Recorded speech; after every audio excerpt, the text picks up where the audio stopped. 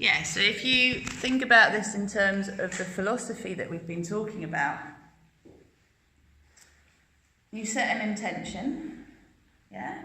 You prepare yourself to take action, and you know that at every step of the journey you've got to constantly interact between your inner world and your outer world. Okay, what's going on inside of me? What am I seeing on the outside? So if you think, I like to think of inner and outer spiral as kind of that self-inquiry that if you did too much would be endless navel gazing, which we know the endless navel gazers, right?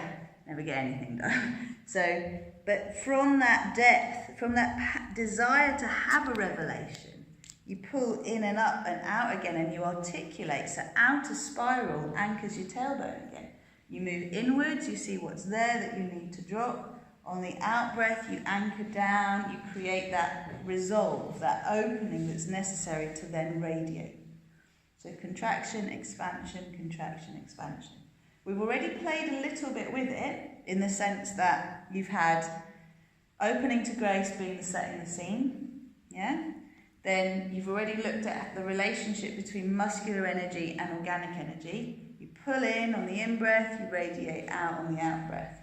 In a lunge, it becomes that sense of pulling in, breathing in, and then as you breathe out, softening your pelvic floor, pushing the heel away, but I haven't collapsed the hips, I haven't dropped out of it, yeah? I'm still holding my form, pulling in and softening where I can.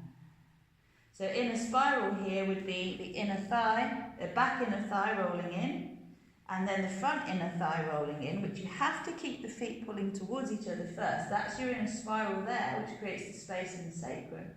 And then you root your tailbone down, pulling the outer hips back to create the outer spiral, okay? So inner spiral will draw the left hip forward as the left leg's back. The right hip will move back a little bit, okay, as I turn the thigh in. And then as I anchor the tailbone down, push the heel away, I'm again refining this by taking the outer right hip back more and then stabilising with the outer left.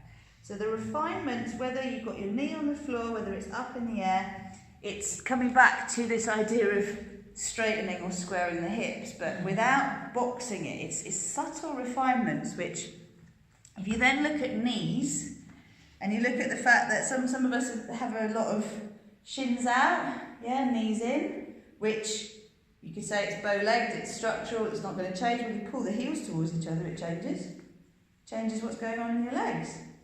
And we have the opposite as well, don't we? We have the knees that turn in. So if you think about how this now relates to your core, because this is therapeutic alignment core strength, when you properly line up on your feet, you pull your feet towards each other, move the inner thighs back, root the tailbone down, you'll find, like you can see, my knees go slightly outwards, so I'm going to have to do a little bit more inner spiral.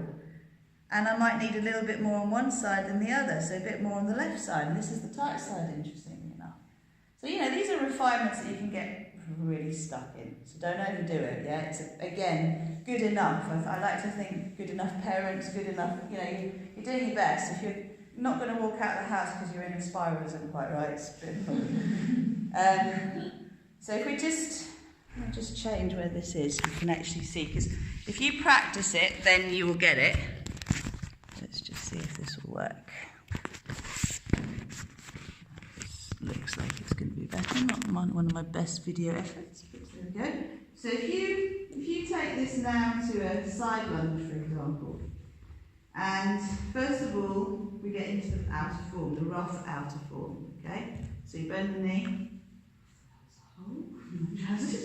So you bend the knee, you find form. All I have done is turn the foot out, and then I'm seeing whether that ankle, the back heel is going to connect with the back arch or the back heel. It's again where we're different, okay? It's not the same, it's not heel to heel alignment, it's not heel to arch alignment. It depends on your body, yeah?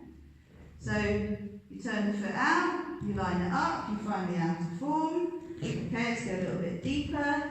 So opening to grace here is taking your breath. As you breathe out, sinking to the four corners of your feet, just arriving. Then you're pulling the feet towards each other. You start to engage muscular energy. Immediately, You don't have to think about hugging the muscles to the bones. Pull the feet towards each other, that hugs the muscles to the bone. Also pulls you up into your core.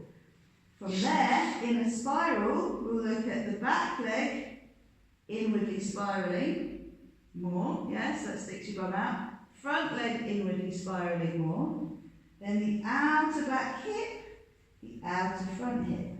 We'll refine it. Yeah? So then all of that is pull in, muscular energy, extend out, organic energy. But I haven't collapsed. I'm pulling in, thighs back. Inner thighs back, you got it now, yeah? Tailbone towards your back heel, which is the instruction I tend to give, is what will then create that outer spiral condition.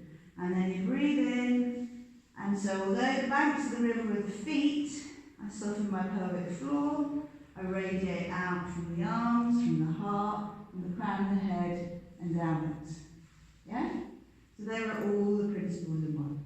But what you see in this a lot, you see this so much. Alright, hips forward.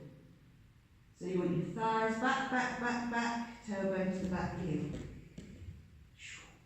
And you can go deeper, same posture, thighs back, tailbone to the back heel. Thighs back, root the tailbone, find the alignment. And go as deep as you feel comfortable to this way. Right, ready?